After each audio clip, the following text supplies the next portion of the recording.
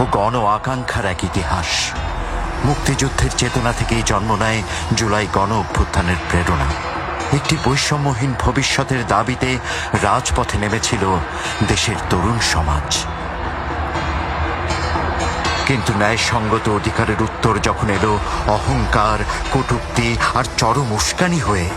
মুক্তিযুদ্ধের সন্তান নাতিপুতিরা কেউ মেধাবী না, যত রাজাকারের বাচ্চারা নাতিপুতি হলো মেধাবী, তাই না? ছাত্রলীগ তার জবাব তারাই। রাজপথ তখন ক্ষোভের আগ্নেয়গিরিতে পরিণত হলো।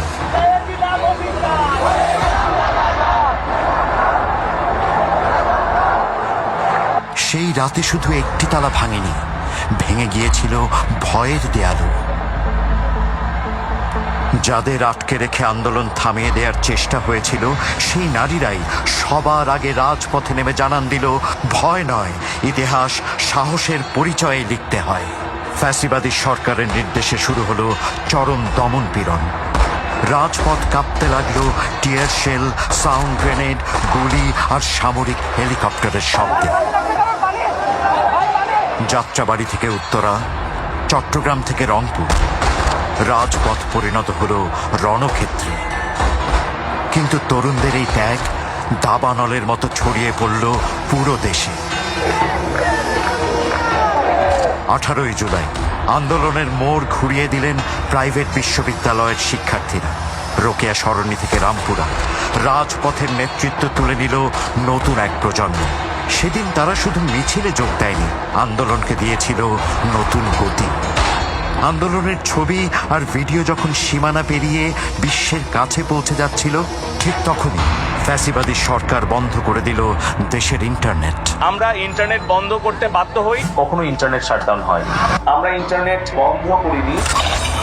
একদিকে ইন্টারনেট বন্ধ, অন্যদিকে ছাত্রদের উপর গুলি চালানোর নির্দেশ। ওই যে ওরা কিন্তু জায়গায় জায়গায় এখনই জমা হতে শুরু করছে। এবারে কোনো কথা নাই, এবার একবার শুরুতে দিবা। টিভির পর্দায় যখন ফ্যাসিবাদী সরকারের একের পর এক সাজানো বয়ান আর মিথ্যাচার প্রচার করা হচ্ছিল, রাজপথে তখন এক অভূতপূর্ব দৃশ্য। অন্যায়ের বিরুদ্ধে অব্যর্থ প্রতিবাদ।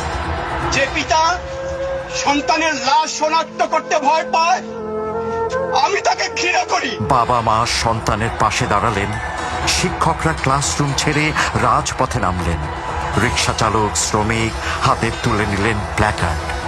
সাধারণ শিক্ষার্থীদের কাঁধে কাঁধ মিলিয়ে মাদ্রাসার শিক্ষার্থীরাও রাজপথে যোগ দেয়। সকল ভেদাভেদ ক্ষুণ্ণ হয়ে আন্দোলন আরও জোরালো হয়ে ওঠে। কিন্তু ততক্ষণে সামাজিক যোগাযোগ মাধ্যমেই তৈরি হয়ে গেছে প্রতিরোধের সবচেয়ে বড় মঞ্চ। ছড়িয়ে পড়া ভিডিও আর অসংখ্য মানুষের কণ্ঠ। বিদেশের মাটিতে গর্জে উঠলেন প্রবাসীরা, ঘোষণা করলেন রেমিট্যান্স শাটডাউন। বিদেশের রাজপথে প্রতিবাদের আগুন জেলে স্তব্ধ করে দেওয়া হলো ফ্যাসিবাদের অর্থনীতির ভিত। নির্মম এই হত্যাপুরীতে বাদ যায়নি শিশুরাও। শাসক শ্রেণীর কানে কোনোভাবেই পৌঁছায় না স্বজনদের আর্তনাদ। আদালত কোটা কমালো, কিন্তু ততক্ষণে অনেক দেরি হয়ে গেছে। রক্ত ঝরে গেছে অনেক। লাশের উপর দাঁড়িয়ে তো আর রফা হয় না। প্রায় একই সময়ে বিএনপির চেয়ারম্যান তারেক রহমান লন্ডন থেকে ভিডিও বার্তায় দলের নেতাকর্মী ও দেশবাসীর প্রতি ছাত্র জনতার পাশে দাঁড়ানোর ও এই হত্যাকাণ্ডের প্রতিবাদ জানানোর আহ্বান জানান। বীর শহীদদের রক্ত বৃথা যাবে না ইনশাল্লাহ, বৃথা যেতে আমরা দেব না ইনশাল্লাহ। আমি পরিষ্কারভাবে বলতে চাই, ছাত্র ছাত্রীদের বুকে আর একটি গুলিও চালাবেন না।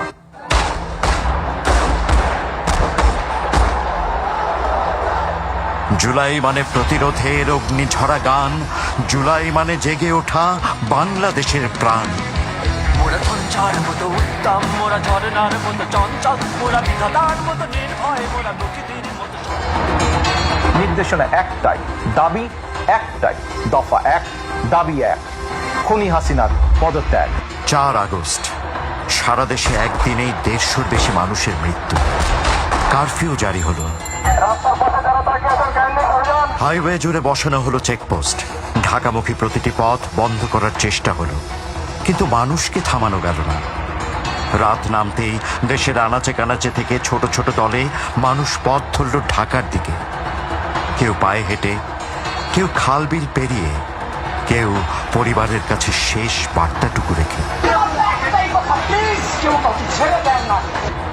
5ই আগস্ট সকাল, লাখো মানুষের সেই যাত্রা ছিল ঠিক যেন একটি আন্দোলনের দাবানল, যাকে আর কোনো বাঁধ থামাতে পারল না।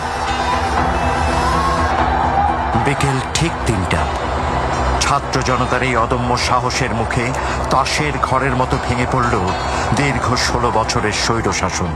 দেশ ছেড়ে পালালো শেখ হাসিনা। মুহূর্তেই রাজপথ ভরে উঠল আনন্দ উল্লাসে। 36 দিনের রক্তক্ষরণ শেষে বাংলাদেশ যেন নতুন করে নিঃশ্বাস নিল। রক্তাক্ত সংগ্রাম আর হাজারো ত্যাগের বিনিময়ে পাওয়া এই গণ অভ্যুত্থান লেখা রইল শহরের দেয়ালে দেয়ালে, একটি বৈষম্যহীন ন্যায়ভিত্তিক নতুন বাংলাদেশের চিরন্তন প্রত্যয়। জুলাই আমাদের স্মরণ করিয়ে দেয় গণমানুষের ঐক্যই ইতিহাসের সবচেয়ে বড় শক্তি। জুলাই গণ অভ্যুত্থানে জন্ম নিয়েছে এক নতুন অঙ্গীকার, ন্যায়, সাম্য ও মানুষের মর্যাদার বাংলাদেশ। জুলাই চেতনায় গর্ব দেশ, সবার আগে বাংলাদেশ।